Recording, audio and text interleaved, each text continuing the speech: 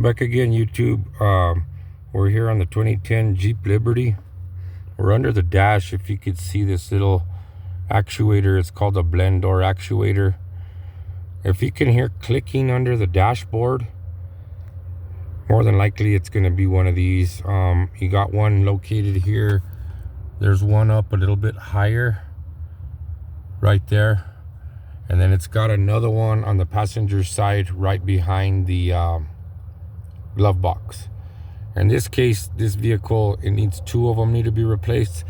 This one is going to be bad, and then the one on the passenger side behind the glove box is going to be bad. But yeah, if you hear a clicking under your dashboard, get under here. You're going to want to try to put your finger on it and make sure that's the one that's clicking.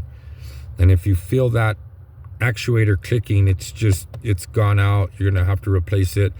I just picked up one at O'Reilly Auto Parts. They're around $28. They're not too expensive. They're a little bit hard to get up here though. But yeah, you just take the two bolts off. It's got the electrical connector and it just comes right off. But yeah, if you get a clicking sound under the dashboard, you're gonna have to replace these. In this case, the vehicle, the battery was dying out and I couldn't figure out what was going on with it.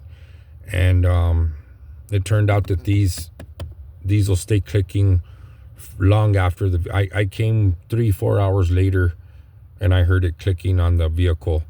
So once they get broken on the inside, it just keeps on trying to engage, and it'll keep on turning off and on.